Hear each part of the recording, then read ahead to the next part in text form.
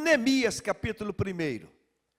Para facilitar, 1 Crônicas, 2 Crônicas, Esdras, aí você chega em Neemias, antes de Esther, ou vindo lá de Salmos, Jó, e vem retrocedendo, e você chega a Neemias capítulo 1. Neemias, capítulo 1 de Neemias. Nós vamos ler os 7 primeiros versículos. Neemias, capítulo 1. Palavra de Neemias, palavras de Neemias, filho de Acalias, no mês de Quisleu, no 20º ano, quando eu estava na cidadela de Suzã, veio Anani, um dos meus irmãos, com alguns homens de Judá. Então lhes perguntei a respeito dos judeus que escaparam e que sobreviveram ao exílio, e a respeito de Jerusalém. E eles me responderam: os restantes, os que sobreviveram ao exílio e se encontram lá na província, estão em grande miséria e humilhação. As muralhas de Jerusalém continuam em ruínas, e os seus portões foram destruídos pelo fogo. Versículo 4. Quando ouvi estas palavras, eu me sentei, chorei e lamentei por alguns dias. Fiquei jejuando e orando diante de Deus, do Deus dos céus. Eu disse: ah, Senhor, Deus dos céus, Deus grande e temível, que guardas a aliança e a misericórdia para com aqueles que te amam e guardam os teus mandamentos. Estejam atentos os teus ouvidos e os teus olhos abertos, para que atendas à oração de teu servo, que hoje faço diante de ti, dia e noite, pelos filhos de Israel, teus servos. Faço confissão dos pecados dos filhos de Israel, os quais temos cometido contra ti. Eu e a minha casa de meu pai pecamos. Temos procedido de forma totalmente corrupta contra ti e não guardamos os mandamentos, nem os estatutos, nem os juízos que ordenastes a Moisés, teu servo. Amém. Pai, aquilo que o teu Espírito compartilhou, Pai, ó Deus, ajude-nos, capacite-nos, ó Deus, para que, Senhor, com singeleza, com pureza, com transparência, ó Deus, esse vaso de barro, Pai, tenha, Deus, a graça de ti, de traduzir aquilo que tu colocou no meu coração. Atinge, Deus, os corações, fala conosco, em nome de Jesus. Amém e amém. Tome o seu lugar.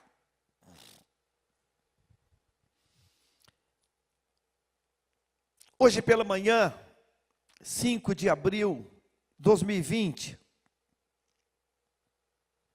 ao entrar por essas portas, primeiro domingo do mês, o meu coração começou a tremer,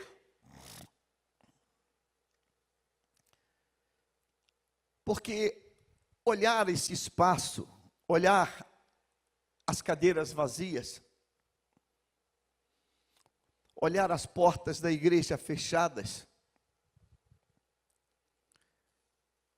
doeu bastante. E enquanto eu conversava com Deus sobre a cena, chegou um casal que veio à igreja.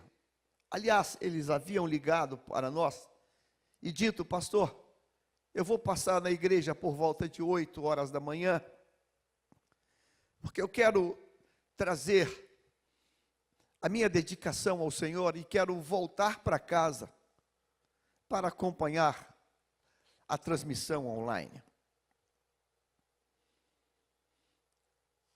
E eu disse: eu estarei te esperando. Mas o interessante é que quando eles chegaram, e eu comecei a caminhar em direção a eles, eram 3 pessoas, o esposo, a esposa e a sogra. E os 3 estavam chorando. Eu também estava. Mas quando chegaram, havia uma distância razoável entre nós. Eles não podiam ver que eu estava chorando.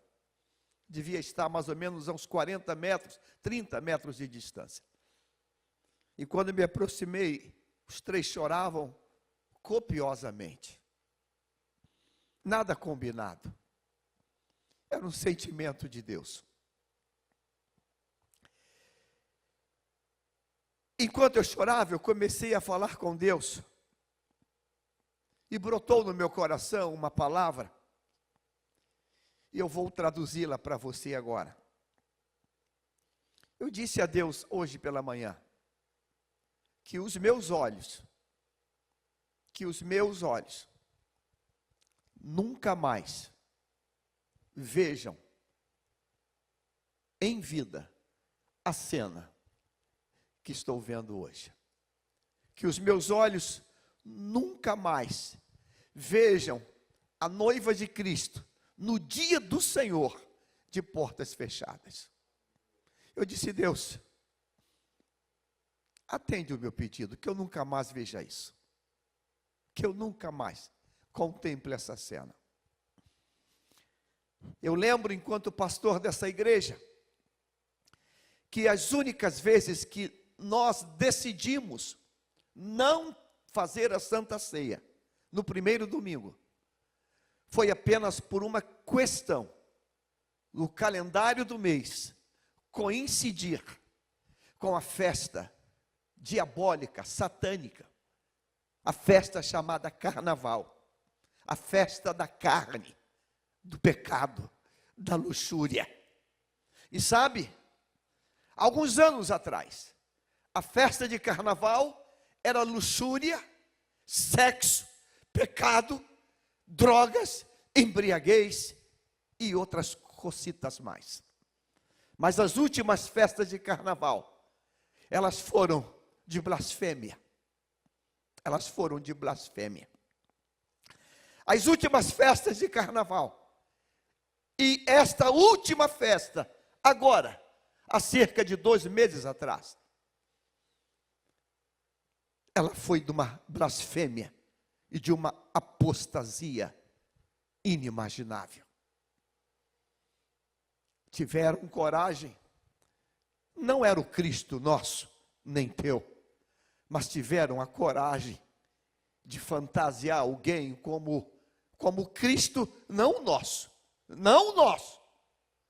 mas como um Cristo derrotado e que apanhava de um outro senhor fantasiado do diabo e o arrastava. Sabe, cenas como esta, elas não afetam a Deus, elas não deixam Deus chorando, mas elas tocam no sentimento das pessoas. Eu comecei dizendo no início desse culto, dessa manhã, que por volta de 9 da manhã, eu estava ali, aliás, antes de 9 horas, era um pouquinho antes, quando 2 senhoras, dos seus talvez 50, 60 anos de idade, subiam a rua da igreja Frei Jaboatão, aqui perto de nós, a cerca de 200 metros, 300 metros, há uma igreja católica, apostólica romana. E essas duas senhoras, elas vinham com ramos de palmeiras. Elas vinham com ramos de palmeira numa mão, e vinha com um terço em outra mão, e elas vinham rezando em voz alta. E foi interessante, porque eu também estava orando, com as mãos estendidas para a porta da igreja fechada da rua. E eu orava de olhos abertos, orando e ministrando sobre a fachada da igreja, e vendo as duas vindo. E eu olhei para elas, e elas me olharam, e elas continuaram rezando com as palmeiras e com o terço em suas mãos. E eu disse, eu não posso deixá-las passar como invisíveis. Então eu parei a oração, olhei para elas, sorri para elas, e elas sorriram para mim, e eu disse, eu abençoo vocês, e eu desejo a vocês hoje uma boa missa, uma boa oração, eu desejo a vocês. E elas disseram amém, e continuaram subindo rua acima, fazendo a sua prece. Sabe, eu tenho certeza que elas também não gostariam de ter visto os artistas, um fantasiado de diabo e o outro fantasiado de um personagem que nós não temos foto, mas identificava que era o Cristo, sendo arrastado, sendo humilhado, apanhando, porque aquela cruz que ele carregou, aquela coroa que ele recebeu, aqueles cravos que entraram em suas mãos, nunca mais volta a repetir. Nunca mais ele recebe cusparada. Nunca mais ele recebe uma bofetada. Nunca mais, nunca mais, nunca mais. Porque aquilo era o período do ministério terreno. Aquilo era o período que o Deus deixou a glória e assumiu a forma humana. Nunca mais. Nunca mais haverá outro Calvário, nunca mais haverá outra cruz, nunca mais, ninguém vai lhe perguntar o que é a verdade e afastar-se para não ouvir a verdade, nunca mais, porque agora, hoje, enquanto eu prego, Ele é Rei dos Reis e Senhor dos Senhores, Rei dos Reis e Senhor dos Senhores, e Senhor dos Senhores, e toda a terra vai se dobrar, toda a terra vai se prostrar. Mas eu quero que você olhe esse texto aqui, com uma lente macro. Vamos abrir essa fotografia, vamos estendê-la. O texto começa falando de Neemias, que é um judeu, um hebreu, que vive um momento primoroso, privilegiado. Um judeu que foi abençoado nessa vida, nesta terra. Um judeu que recebeu a bênção de Deus. Você já pensou o tamanho do testemunho que Neemias poderia contar para nós? Ele poderia estar falando aí nos programas o que Deus fez com ele. Deus pegou uma nação que é perseguida, uma nação que a maioria absoluta está exilada, é escrava, uma nação sofrida, e Deus pensou um homem chamado Neemias e o colocou num diferencial. Ele se torna copeiro de um rei e vive no esplendor do palácio. Então, quando a gente amplia essa foto, você tem de um lado um judeu vivendo no melhor desta terra, ele é copeiro do rei e ele vive num palácio. Mas essa foto, ela não é uma foto apenas que está nele, é uma grande angular, é uma lente muito grande, ela abriu muito a foto. E quando ela abriu bastante a foto, então naquele lado tem um palácio, tem as taças de ouro, naquele lado tem as toalhas de linho puro, naquele lado tem a liturgia palaciana, tem os paladares e os sabores e as maravilhas de um palácio. Mas, na outra ponta da foto, no outro lado, no lado oposto, no outro lado, há uma cidade em ruínas, há uma cidade queimada a fogo, e há um grupo de judeus, são conterrâneos, são pessoas que têm laços sanguíneos e laços de nacionalidade. Na outra ponta também tem judeus. E diz o texto assim, nominando, dando o nome de um que está naquela outra ponta. Aqui tem Neemias, mas o outro lado diz o texto assim, que no ano 20º veio Anani, um dos meus irmãos. Então Anani, que acaba de chegar, ele é parente sanguíneo. Há laços sanguíneos entre Neemias, que vive no esplendor daquele momento, e Anani, que é seu parente. Há vínculos, faz parte da grande árvore da genealogia deles. E ele diz, ele é um dos meus irmãos. Irmãos em que nível? Em nível nacional, em nível de ser oriundos da linhagem de Abraão, ou irmãos de sangue mesmo, não importa. Ele já disse que são irmãos.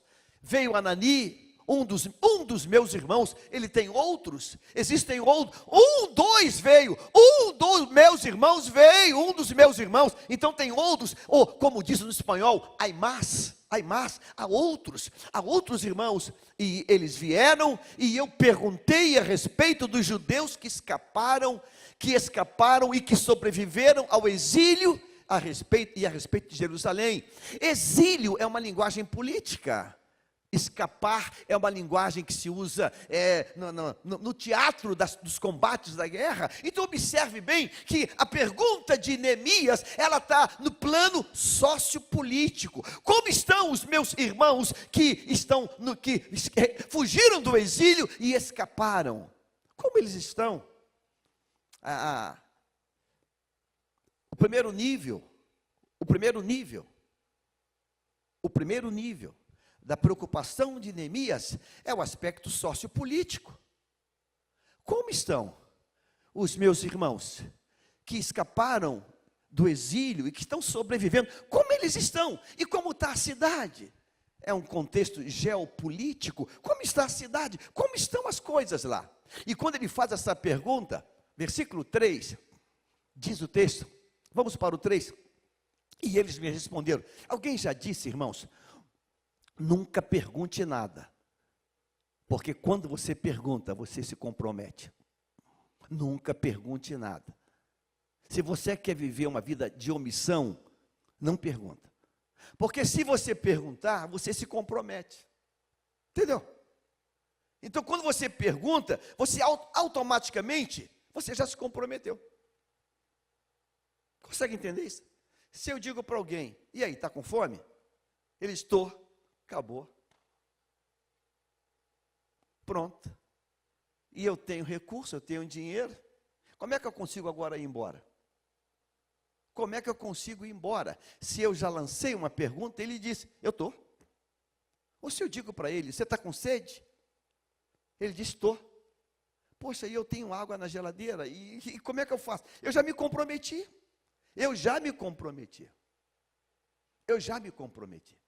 Já viu aquela cena, quando se pergunta para alguém, está em pé na calçada, e aí, está indo para onde? Ele fala, estou indo para a praça. Você está no carro? Caramba, como é que você consegue agora dizer, está legal? Você vai ter que dizer, mas você está esperando quem? Algum táxi, algum transporte alternativo? Não, eu estou, tudo bem. Tudo bem. Aos domingos, já fiquei careca de sair da igreja e ver alguém ali. Eu tenho que parar o carro e perguntar, tudo bem? Não, tudo bem, alguma coisa? Não, estou esperando o Uber, o táxi, estou esperando meu marido. E eu sempre pergunto, a senhora quer que eu ligue para ele? Não, eu já liguei, mas quer que eu ligue de novo? Porque eu quero sair com paz, porque senão eu não vou ter paz. Quer que eu ligue de novo? Quer usar o meu telefone? Pode ligar. Porque eu quero ter paz. Porque eu perguntei e em perguntando me comprometo. Quando eu pergunto, eu me comprometo. E se eu me comprometo, ou eu vou agir, ou eu vou me omitir. A primeira pergunta de Neemias é no plano político, socioeconômico, geográfico. Como estão eles? Como está a cidade? Como estão? E sabe, Neemias recebe uma resposta clara, tranquila. Eles responderam. Os restantes, os que sobreviveram ao exílio, se encontram lá na província. Se tivesse aí um ponto final, em vez de vírgula, ponto. Os que sobreviveram estão na província, ponto. Talvez Neemias pudesse dizer: ah, que triste, né? Que chato, misericórdia. Mas sabe, Deus me abençoou. Deus me abençoou. Estou vivendo Isaías 1,19. Se quiserdes e me ouvirdes, comereis o melhor dessa terra. Olha, aqui é só vitória. Graças a Deus. Deus me abençoou. Mas não botaram um ponto, botaram uma vírgula. Estão lá na província, vírgula. Aí começou a narrativa. Estão em grande miséria e humilhação. Você quer saber sobre a geografia da cidade que tu perguntou? Quer saber sobre a situação geográfica? É isso que tu quer? Então vamos orar lá. As muralhas de Jerusalém continuam em ruínas até agora. E os portões foram destruídos pelo fogo. Ou seja, Neemias perguntou e ouviu que o caos era total, completo, absoluto. Eu quero fazer uma parada aqui, abrir um parênteses e fazer uma colocação. A história se repete. Hoje, nesse exato momento, nós temos duas categorias vou chamar de cristãos, de servos de Deus. Tem uma categoria que literalmente, não por culpa deles, não que eles sejam culpados disso, mas tem uma categoria, exatamente nesse momento, que está vivendo no bem bom da vida. E tem uma outra categoria, que está vivendo nesse quadro aqui. Há uma categoria hoje de cristãos que está dizendo assim: agora é a sua vitória. Deus abençoa. Sabe por quê? Porque está de bem com a vida, está tudo tranquilo, não falta nada, está muito bom. E chega até a dizer: pastor, se melhorar até estraga, a coisa está tão bom, a coisa está tão tranquila, tão tranquila. Está ótimo. Mas essa realidade não é do todo. Existe uma outra quantidade de pessoas, e veja só, nesse ponto do palácio, a Bíblia fala de um homem, Neemias, uma pessoa, um indivíduo, mas na outra ponta, é no plural, eles estão, é tudo no plural, é pacote, é muita gente, os portões queimados, tudo destruído. Versículo 4, vamos para o 4 agora. Quando ouvi isso, eu queria que você observasse isso agora. Quando ouvi isto, o texto agora começa a ficar gostoso, porque quem pergunta se compromete, mas quem se compromete tem que se comprometer no 100%. Neemias não pediu uma fotografia. Neemias não pediu, Anani, volta lá e faz um vídeo, faz uma foto. Anani, volta lá, arranja lá um drone e faz uma filmagem aérea. Anani, volta lá e faz umas fotos para mim, faz uns desenhos para mim. Olha, me dá detalhe de como está. Neemias não pediu foto. Neemias só precisou ouvir. Ele só precisou escutar o relatório. E aquilo incendiou a alma dele. A minha oração hoje, para você que está aí, Graças a Deus, armário cheio, despensa cheia. Você que está aí, que tem até aquele freezer e que encheu de coisa.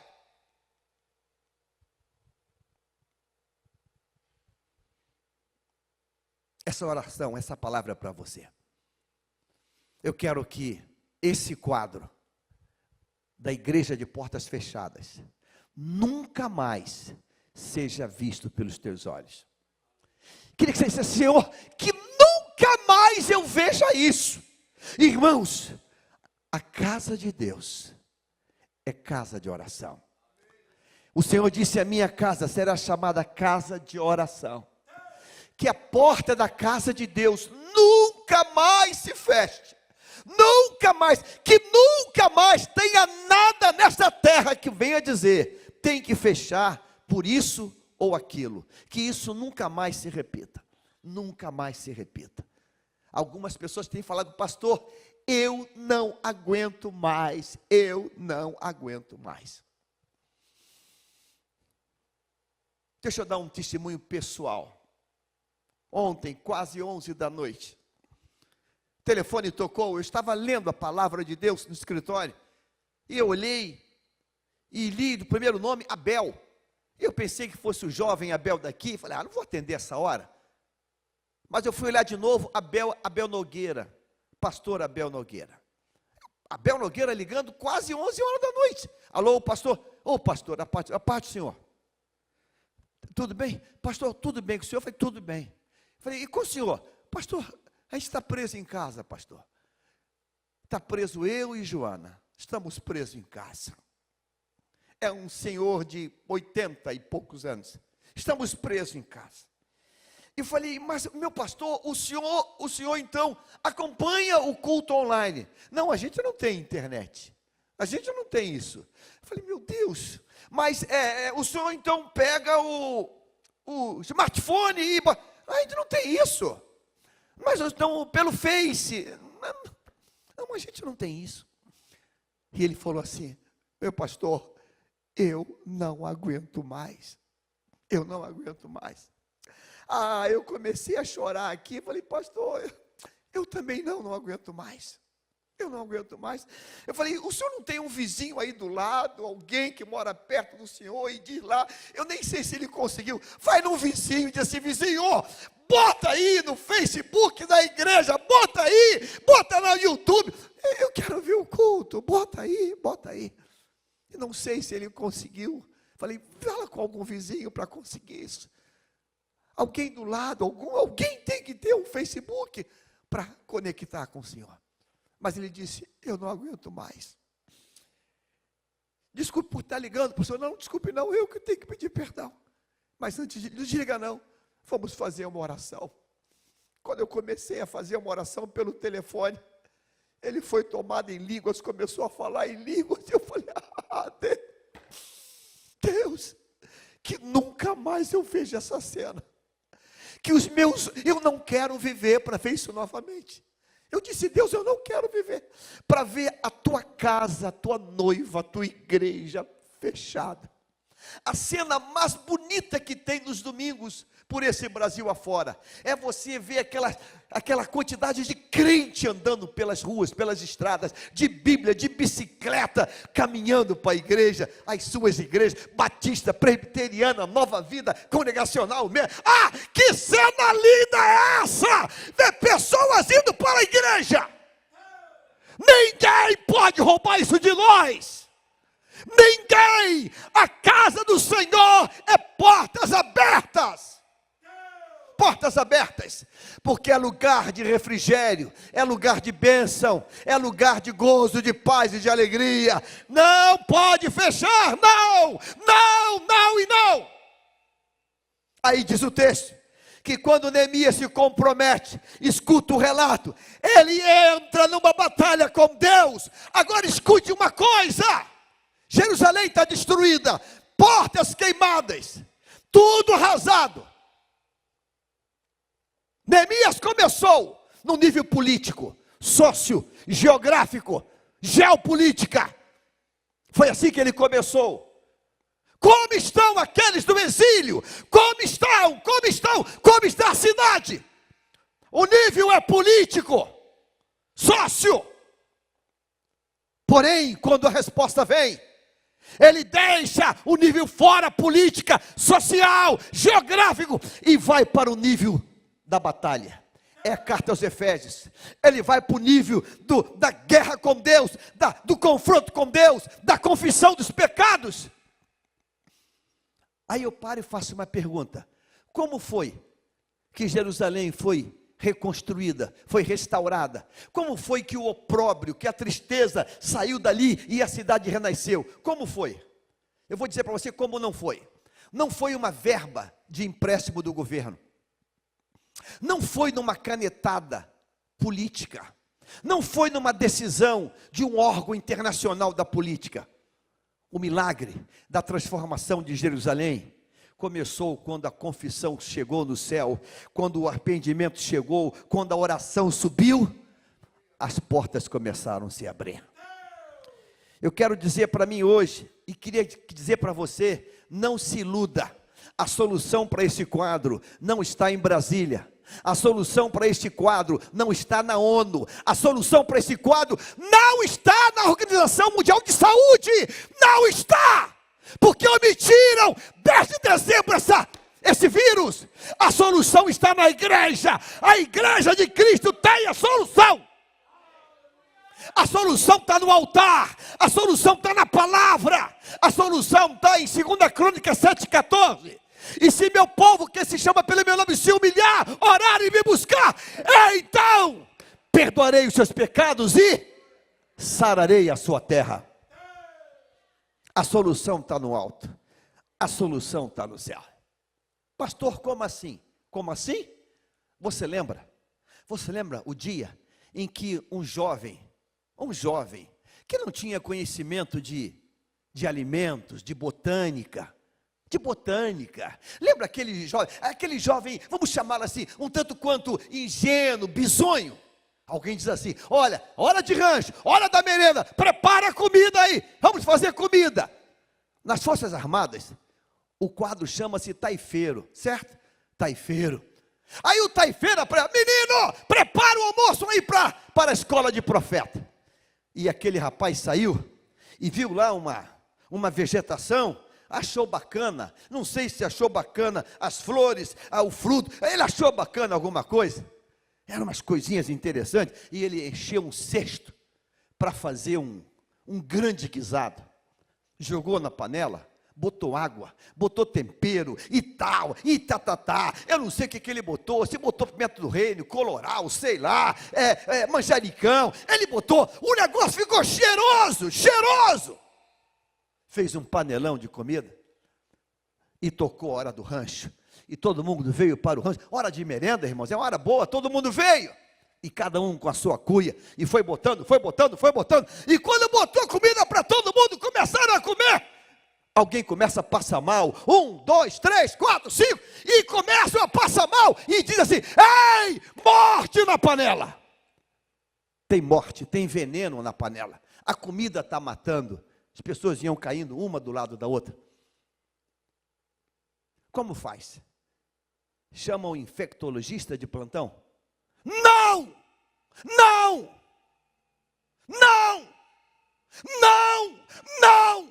Como faz? O povo está morrendo, como faz? Chama a voz profética. Profeta, tem morte na panela, o povo está morrendo. O profeta, diante daquele quadro, ele traz a solução mais inusitada. Coloca farinha, pegue farinha e jogue farinha na panela. E alguém pega a farinha, talvez alguém até que fale assim: não joga não, porque se jogar o caldo vai engrossar. Se jogar vai virar pirão. Não joga não, joga a farinha. E quando jogou a farinha, a ação divina acontece, e todo mundo volta a comer, e quem estava passando mal foi curado. A farinha na panela curou a comida da panela e curou quem estava com efeito. Quem estava passando mal porque já tinha comido, conhece aquela pessoa que é muito fominha e quer comer logo tudo? Então curou dentro e curou fora. Isso é só para quem crê. Eu creio nisso. Irmãos, eu sou um cara abusadamente que confio. Eu confio de forma louca. Agora, eu entendo quem não consegue confiar assim. Eu entendo. A minha vida é uma vida de milagre. Uma vida de milagre. E eu me movo por aquilo que Deus é. Eu não me movo por aquilo que o jornal diz. Eu não me movo pela página do jornal. E deixa eu falar para você, há muito tempo que eu não vejo mais essa emissora. Há muito tempo que eu não vejo uma capa de jornal. Há muito. Eu não me movo por eles. Eu me movo por isso aqui, irmãos. A minha vida está nas mãos de Deus. Aí, quando há confissão, há arrependimento, há oração, há quebrantamento, Deus começa a mover tudo. Sabe de quem partiu a iniciativa? Não foi de Neemias falando com o rei, foi do rei falando com Neemias. Irmãos, a gente serve um Deus grande. O meu Deus, o teu Deus é grande. Diga isso, o meu Deus é grande, o meu Deus é grande. O meu Deus é grande. Não foi Neemias que fez um protocolo, não foi Neemias que fez uma carta pedindo misericórdia, foi o rei que disse, que passa, por que você está assim, por que você está com esse senhor? Foi o rei que foi tocado por Deus, e a partir daí, irmãos, tudo foi acontecendo. Mas tem guerra, tem Sambalate, então é tudo aí hoje. Sambalate, Tobias, Gesem, está tudo aí. Sambalate, Tobias, Gesem, estão todos aí. E não mudou nada, mas uma coisa eu vou dizer, a confissão vai mudar, o arrependimento vai mudar. Ele diz assim, Pai, eu faço confissão dos meus pecados. Hoje eu me ajoelhei e disse, Senhor, eu faço confissão dos meus pecados. Eu tenho culpa nesse negócio. Porque quando a gente gasta tempo, um pastor brigando com o outro, um pastor ofendendo o outro, um pastor desonrando o outro, irmãos, a gente esqueceu quem é o nosso inimigo. Quando eu fico daqui falando que o pastor fez isso ou fez aquilo outro, irmãos, eu esqueci quem é meu inimigo.